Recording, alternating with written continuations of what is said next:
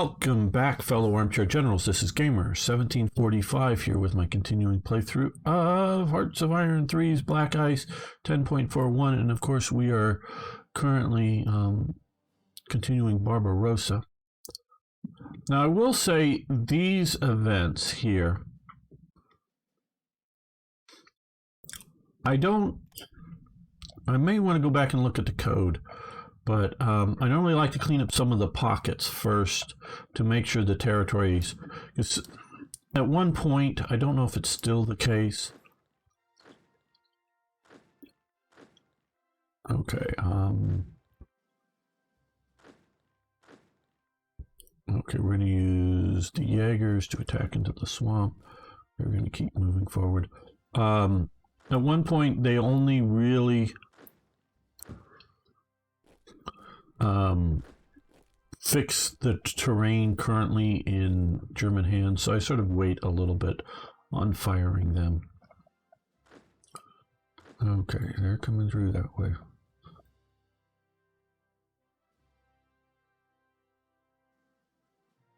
They took that to the Pacific. Ah, okay, one of the ones out there mentioning the Pacific. We can see what the Japanese are doing out here.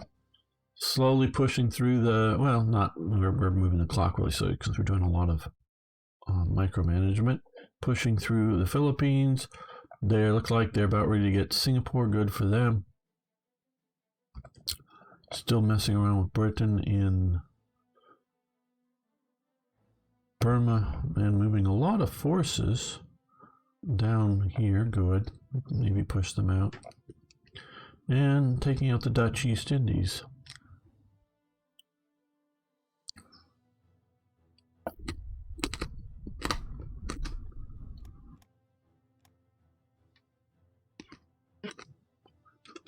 Yeah, I've seen years ago some people diving some of those wrecks.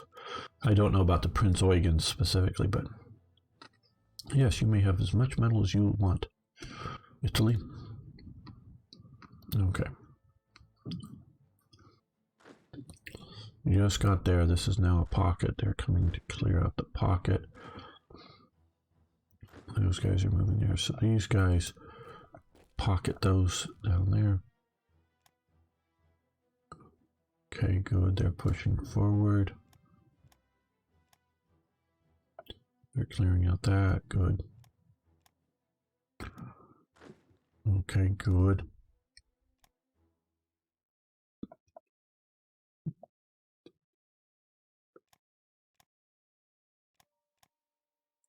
Okay, we've won some of these in here, so they're no longer attacking us.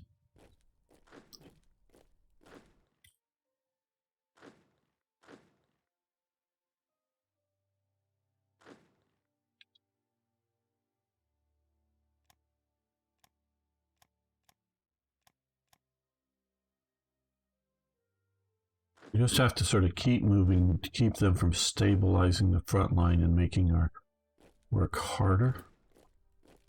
You just keep moving this way. Okay, good. We've hit there. You support that attack. North into there. You, before they get in, like I say, before they stabilizing. Yes, let's see if we can push up that way. Move these paratroopers with Stugs. And yes, you may have energy, Turkey. Hungarian Occupation Command. Yes, I want that.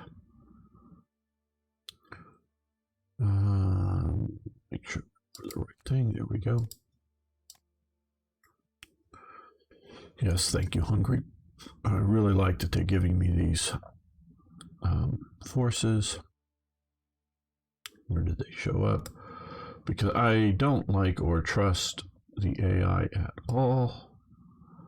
In fact, I think the AI is a serious detriment. Okay, so there they are. Let's go close and click on them again. Okay, here they are. Okay, good. So we have this. Let's attach him to, yes, that looks like a decent And no, we're not going to use these for any sort of, preferably not even front line holding, but definitely not attacking. Just to try to get a few spread around in here initially. We can see revolt risk here.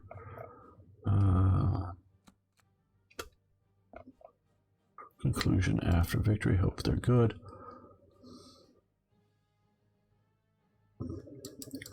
These over to the side so when I click on something I can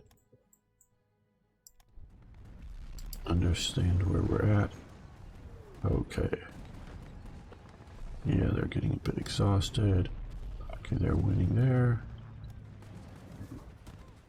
One here. Okay, good. Now, let's again. We're going to push there as fast and as hard as we can. I think they can hold for the moment. Oh good, we finally got here. They're pushing back this way, so these guys can rush across that river. These guys can push into there. Okay, you don't need to keep coming to Minsk. You can that way.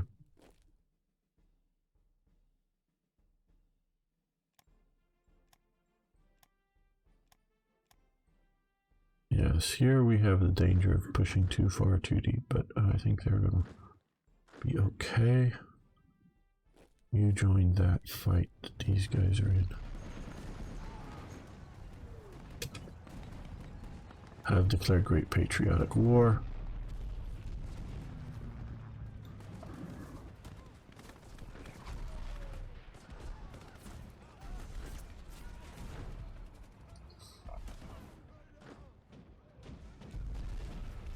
Come on, team.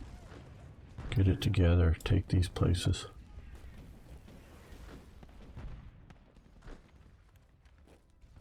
You guys don't need to keep going that way. Move east.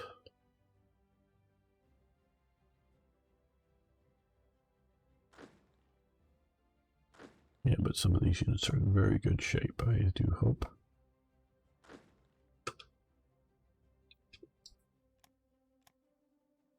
Okay, well, you're going to retake that province very fast, hopefully.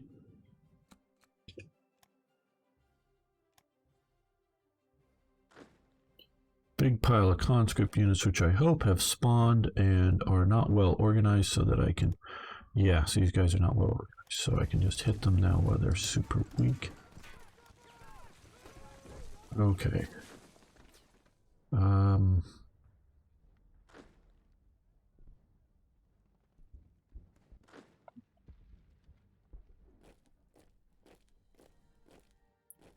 Push up there, and you're going to actually turn around and push back this way. Keep from...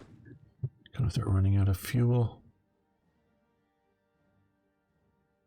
Need to make sure we're producing enough there. Come on, produce fuel. Well, we have some more research we can do. Let's see if there's... these are not really effectively researchable until 43.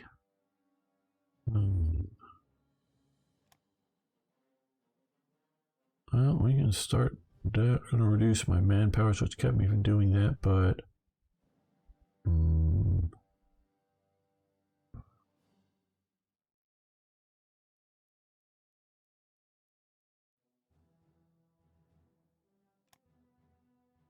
well, I don't know.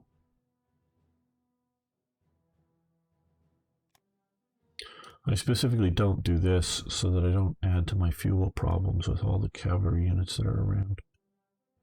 Like for the HQs and other things. Well, we could do a small caliber cannon. I think we'll do that.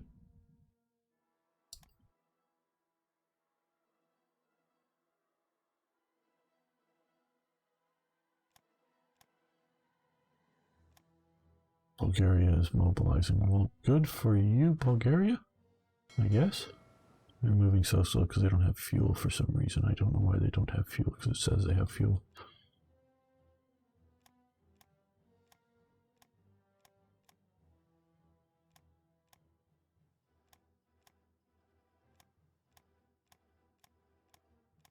Unless you really stay on top of this, the worst thing you can do is not keep your army moving at this time.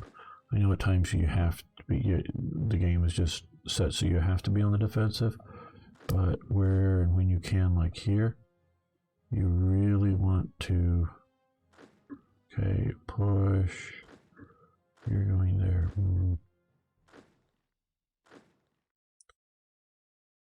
You push there.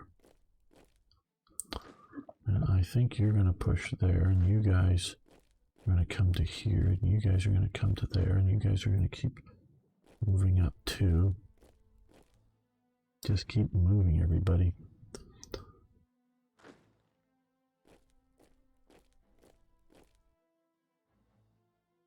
Was I a gamer as a general back then?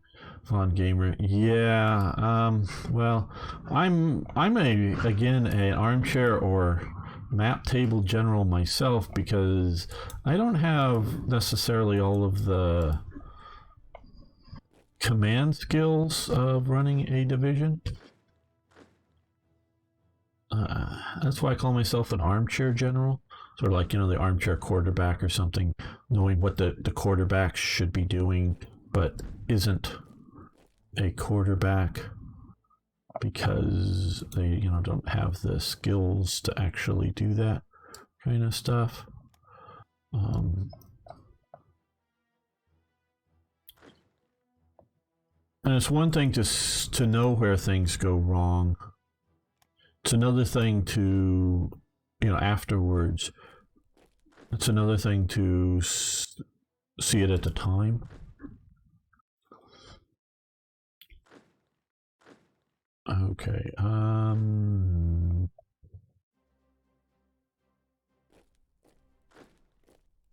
Yeah, we don't want to keep you there either. But we'll actually attack here for a little bit. Well, let's move. So this unit is just slowing us up. That's sort of why you want to draw deep lines of attack, but also other things don't always work out, so it doesn't always come out to the best. Like you stop because of lacking fuel.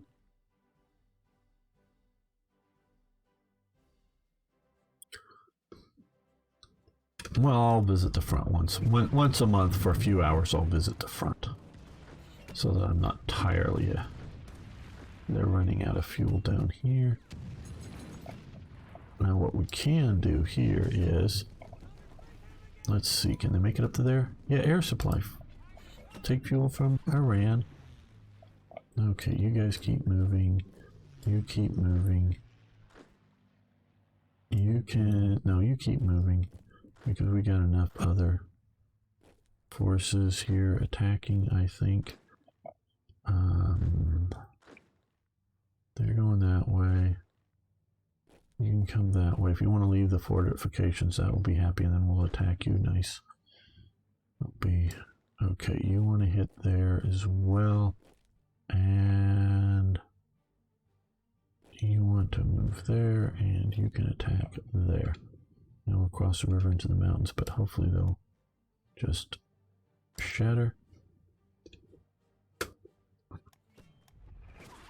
Okay, they're defending. Good.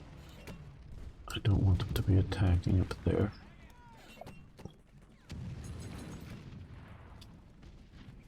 Well, let's see. I have, though, not very much fuel back here in Berlin, unfortunately.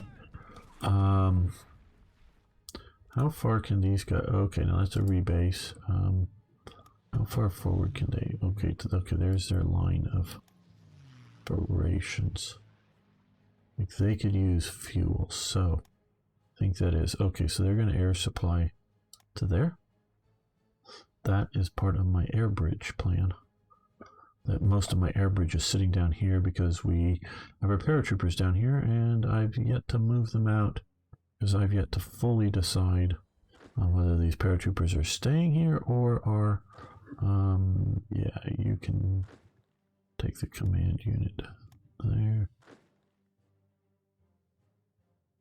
You need to go to, where's this unit here? Are you all full up? Okay, yeah, you got Rommel who's going to come back. You got that airborne unit, okay. Okay, you got that, but let's see. Okay, Haas. What we're going to do here is we're going to unattach you, and we're going to unattach you, and you're going to attach, I think it was the 48th, right? Yeah, with Papa Hoth, right? And that will then allow me to attach you to there. There we go. All right, well, okay, we're moving you up to here to give us some armor to deal with all the Soviets, but so far these paratroopers have been good enough to keep them from attacking. Okay, I think we may want to go this way, so we're going to head that way with these guys. They're coming back, but we now have a tropical island garrison unit and some military police. Hopefully we're keeping, yes, territory fairly well. We're getting oil stocked up here.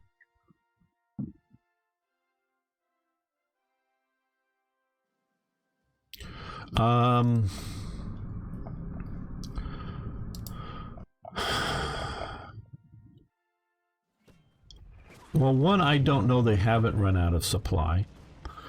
Two, I'm not sure on some of these units. Whether they're getting some sort of boost or not, I don't know.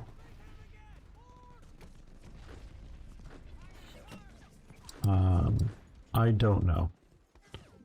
I think some of them, you know, sometimes I'm wrong, I know that. But I sort of kind of think they may be a little bit easier to take some of them down. It should be at this point.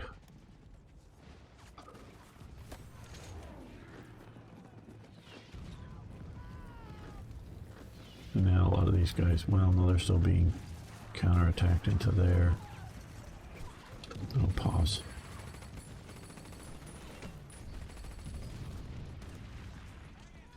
Okay, we've won there. Finnish coast. Okay, we're taking out a submarine. Yes, they're under attack. Okay, combat medicine, that will help trickle back. But we need to stop that. Okay, well, at least medical wise we've done what we can for manpower.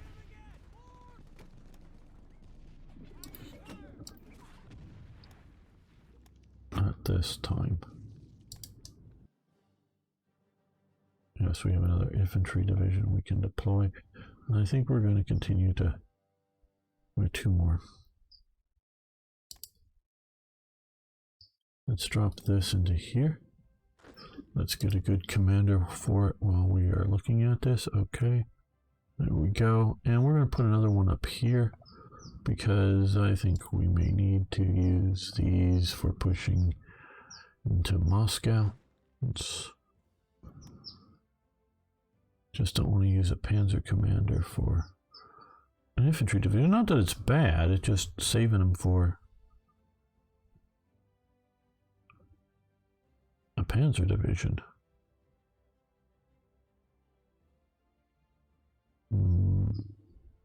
Want an offensive one, preferably with fortress attack, because we got a lot of extra.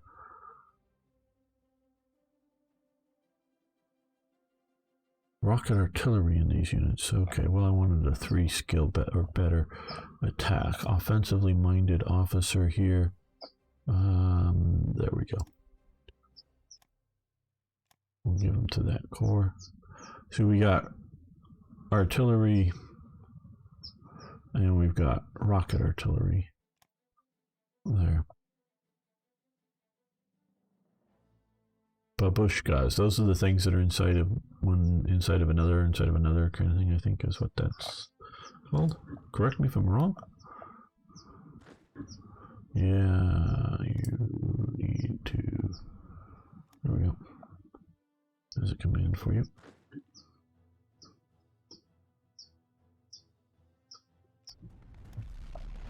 Now what we're going to do also here is we're going to come here now and we're going to create a convoy, a supply convoy. It's going to come out of Paolo, and we're going to go to no, not Gdynia, not Gaden, Kretch. There we go. That's it. So now we have a supply convoy that will run from here and run supplies straight through to here. I was also planning on doing one to here, but we haven't got that yet.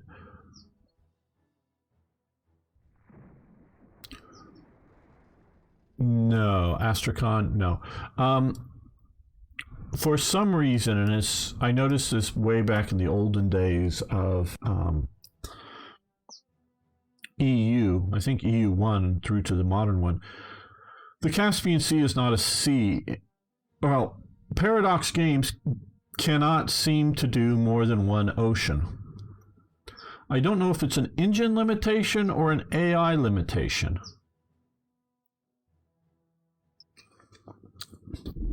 But this does not get to function. You cannot, there are no ports on this. It is not considered coastal province. You cannot put any sea units. You cannot run any supply units. Can't do anything on the Caspian or the Aral Sea, which is basically gone nowadays. Thank you, communism. And it isn't global warming that made the Aral Sea disappear. It was massive pumping out of water from here to the region to try to turn it into a farming region, which has utterly failed. So yeah, they can't seem to make any of their games have the Caspian Sea be an ocean. And I don't know whether it's the idea that, oh, the Soviets will just, for some reason, maybe build some battleships and stick them there, and then they can't go anywhere. So I don't know whether it's an AI problem or simply their game engine problem of having there is no separate sea area on it. There's no, you don't have like the Great Lakes. You don't get to do naval invasions or anything across the Great Lakes. They just are big puddles that you can't do anything. Now, fortunately for them, other than like the War of 1812 or the Revolutionary War, where the Americans and the British did fight naval battles up here, and a little bit in the ancient world, there was some on the Caspian Sea. Fortunately for them, there really isn't much. Even, World War I, there was a little bit of ships brought in and fought around here. There really isn't much going with things like this, so we don't have a history of like major naval invasions on Lake Victoria or across Lake Tanganyika or something like that for them to point to, because that would really be bad had the Germans been down here and they did a naval invasion across here that changed the outcome of the war, and so then they'd have to figure out how to do this. They sort of luck out in this. They have everything. Hello, Victory VT. Invading Canada, dream is dead. Hey, we could do it today if we had a real army still. But water resources disappeared. Similar problem with the Caspian Sea. But the Caspian Sea may be going down, but it hasn't disappeared anything like the Aral Sea. But it was Soviet decisions, I would say, that caused that to be a problem. Okay, we're here now. Good. You're going to there. You're going to there. Where somebody? Okay, you guys come to here. We got to take that. Okay.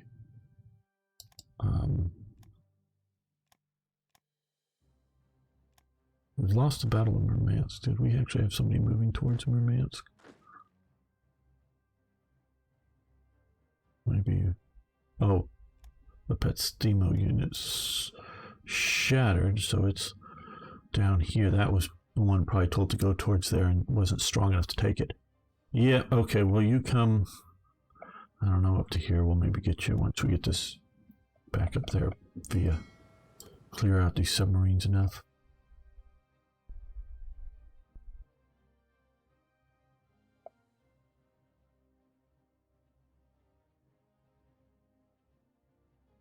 Some of these units, well, they don't need to come in here. They can start attack. Okay, stop that attack. Oh, you're defending. Okay. 1 hour. Okay, we'll be back in an hour. There we go. They're defending. Damn. They were able to attack again. Okay, finally that attack is over here. We're going to now hopefully counterattack against a wasted force.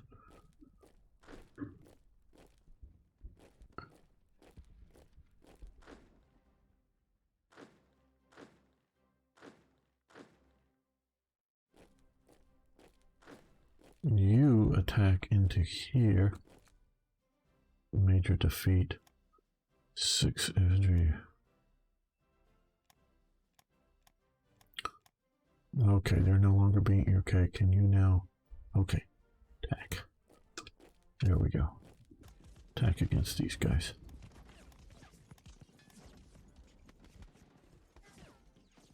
We'll get supplies into here so we can move these ships.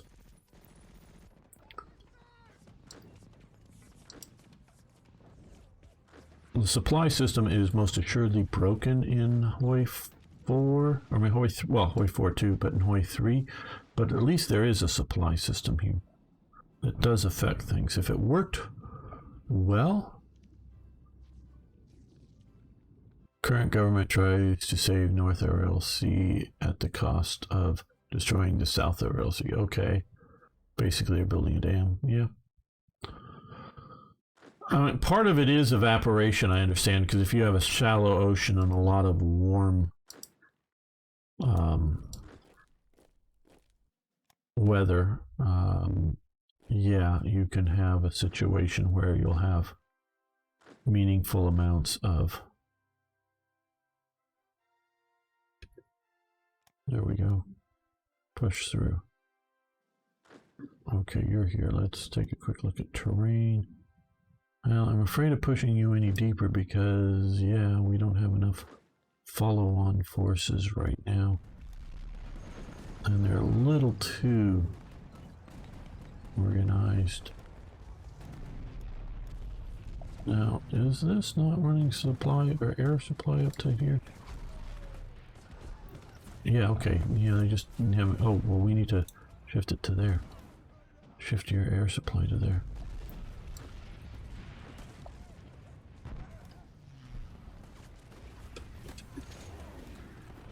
Okay, where are we under attack? Up in here?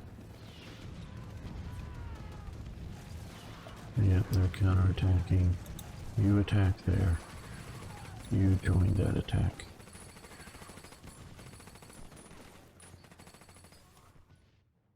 Okay, let's get you out of the way here. Right, they're coming through there. Let's zoom out a bit. Okay. These guys are coming, pushing back that way. They're coming up this way. This guy now has at least a little bit of fuel. You move this way. Well,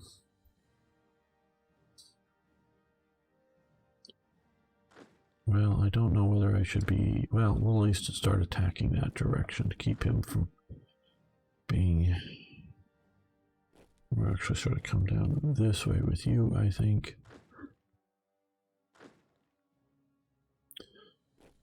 And I know you were praising my generalship earlier, but it's one thing to beat a really stupid AI. It's another thing to beat a human opponent.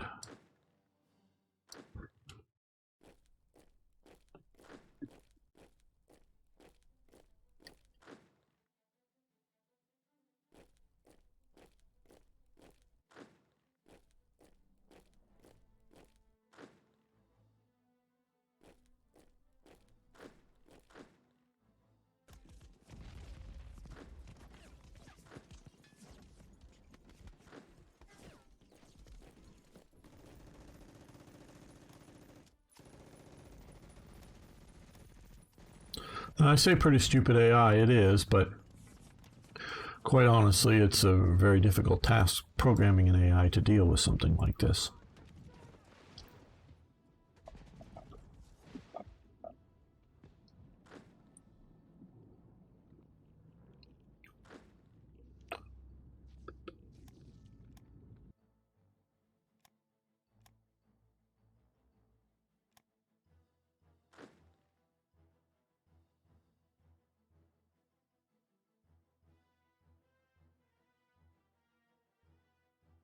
Okay, well, they're falling back, so these guys are going to pursue forward.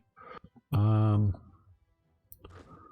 guess they're attacking across the river, so maybe we'll move up to support them. What condition? Okay, well, mechanized. Well, let's see if this Flieger Corps can support that.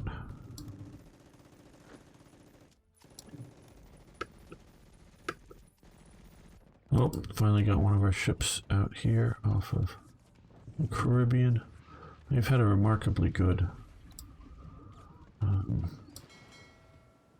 career. Let's move you back off over here.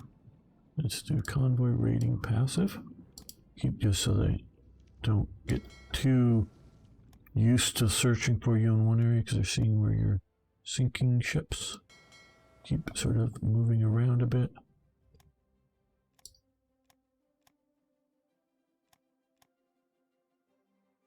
Okay.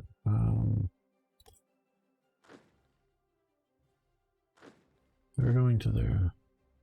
These guys can come to here.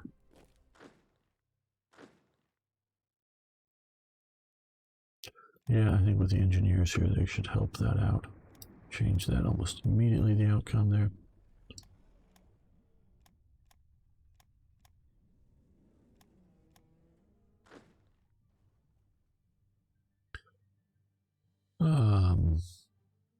Sea dried up due to the government diverting water, and now the stands keeping water all of the Colorado River. Yeah, the Colorado River's in some ways similar sort of thing, though I would say the Colorado, I don't know, more like the Nile in some ways, but yeah. Actually, I kind of wonder what would happen to the Euphrates River. Turkey would want the water to make voters happy. Syria is dependent. Yeah. Since the Soviets ruined perfectly good ranch land. Yeah. Well, okay. Yeah. Okay, let's talk about talking from ignorance. Obviously, at some point, true desert becomes, unranch supportable, but I know for a fact here in El Centro area, what they're calling desert here, there's lots of good ranch land. Now, there may be some sand dunes, but most of this area here is no sand dunes. There are a few small areas, Death Valley maybe sort of notably, there's sand dunes. Most of these are scrub brush, and if you can find just enough water to keep your cattle, watered, your density, per mile of cattle is rather down compared to, I don't know, much of what would be somewhere, in this part of America. But yeah, you can ranch this area because my family has ranched this area, more like on the border here between, right in this sort of area. But yeah, so and if California have the mod, which will work with just about any game out there, California picture mod, which actually uses, I've left at least some of the ones that they did specify, but I have like Riverside and Oceanside that are period historically correct photos, and some of the out here correct terrain photos. It just changes the photos, doesn't do anything else to show you what the land is like. Yeah, you could ranch, and I don't know their cultural and social history out here, but I know, I believe, again, I'm talking a bit from ignorance, sort of from here, as their sort of farm using. You can ranch these, which is a different way of, you can farm cattle, like at least most of England, and I don't know if you've watched the great Clarkson's Farm show on there's other ways to get it, I'm sure, but on Amazon, you know, Jeremy Clarkson from Top Gear, the old Top Gear and whatnot. But Clarkson's Farm, great show. And farms and you could theoretically do a ranch in England, and there may be technically something that would be ranching in England, but mostly they're growing cattle from farms. And that's what they sort of did that hurt Britain leading up to World War II is there was so much, particularly from Canada, but also from the US and other places around the British Empire, grain imports into Britain. And it was cheap to ship in grain because they gotten rid of, at least internally, you know, within the British Empire, if you will. I know there's, you know, the Dominion of Canada is basically ruling itself, but they got rid of internal restrictions against importing grains. That's what was causing the potato famine. I mean, there was a potato famine in Ireland, but there was laws against bringing in cheap grain from other parts of the empire to feed the people. So there was an actual, you know, a blight on the potatoes. Had they not had the laws, they could have brought in the corn, which is, we call them corn laws, which technically is corn. It's not the corn on the cob that we think of it as, but because that's maize, that's what that is. But you could bring in that stuff. So just going back in history, that's just laws.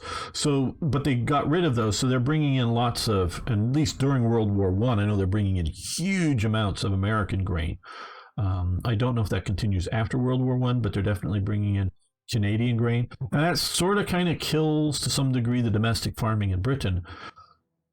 So they switch over, a lot of the farmers switch over to cattle farming. And so whether eating the grass in Britain or feeding them on grains imported, but it's not as efficient for growing mass amounts of food. And cattle was a little bit more expensive to ship via sea, or a lot more expensive than shipping the grain. And then if you're going to ship the meat after, you know, simple butchery, you got to refrigerate it at least to keep it good, to get it across the Atlantic. And I don't know their refrigeration technologies for ships at the time. So a lot of the British farmers go over to cattle farming, which is a different sort of process than ranching. So, you know, and like ranching, you can have dairy cattle, but those aren't the cattle that are out on the plains. Those are sort of basically farmed cattle as part of a ranching system. But yeah, they could ranch a lot of this area here instead of try to farm it. I recently watched a train travel series of a guy traveling somewhere in Germany out to somewhere in this sort of area, and so you're seeing the train going through some of these areas here, and you keep seeing them trying to plant farm-like stuff out here, and it's Colorado stops in U.S. territory now.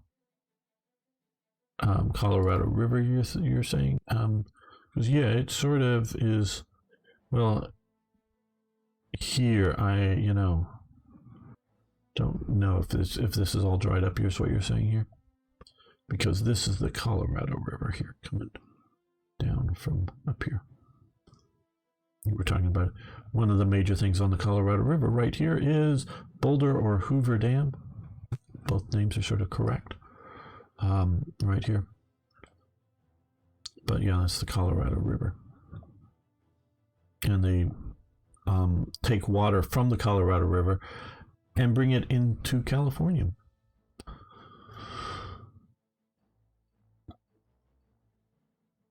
Water is a vital resource. Okay, so they're moving there. They can move that way. They're counterattacking to the rear. They're pushing that way. These guys are coming through here. They're attacking effectively across there, occupying that. They're going to come around that way. They're defending there. These guys are organizing up. They're a little bit of reinforcements. Okay, now, well, we're pushing that way, so these guys will push. It's almost like we're going to take Baku before we even get invaded. because this thing is moving at 1 knot per hour. We should be in port on the 24th. 4 more days to get there. God, that's so wrong. We have supplies. It's just, this game is just, has its problems with supply. I don't know who I want to attach that to. Essential for making beer? Well, absolutely.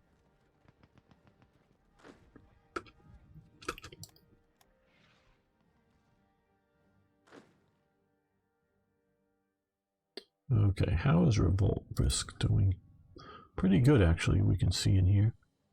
Good. Okay, you need to keep moving east.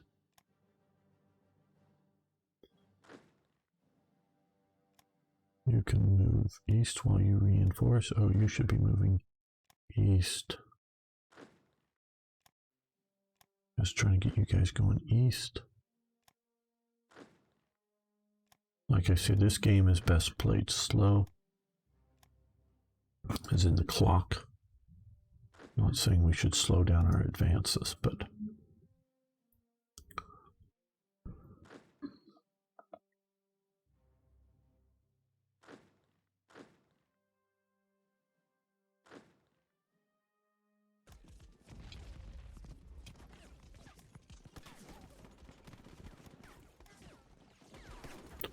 okay, we finally got rid of this pocket.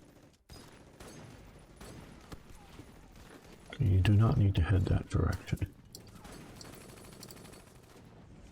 Okay, you can just occupy that. No, actually, don't occupy that. You move this way.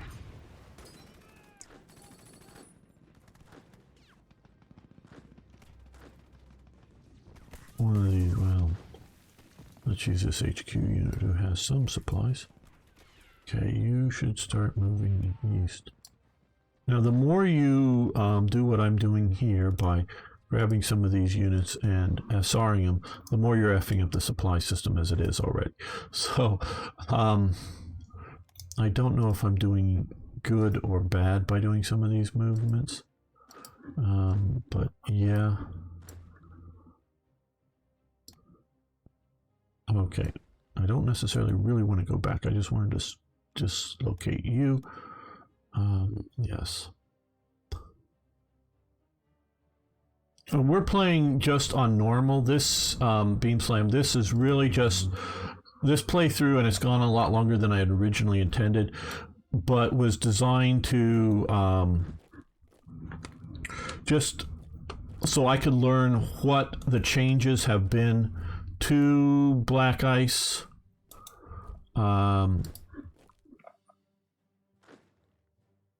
For this latest version, because it had been a long time since I played it, so that I can then, with my mod, figure out what I wanted to do. Okay, since you've gotten into the swamp, you come here to flank them. You at least support that attack, so we don't. So I just think there's 2 of you. Yeah, winter comes, the logistics answer, yeah.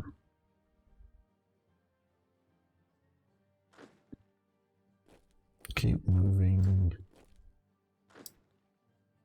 Keep moving. So yeah, I'm not playing this as how good of a player am I. And if you're just wondering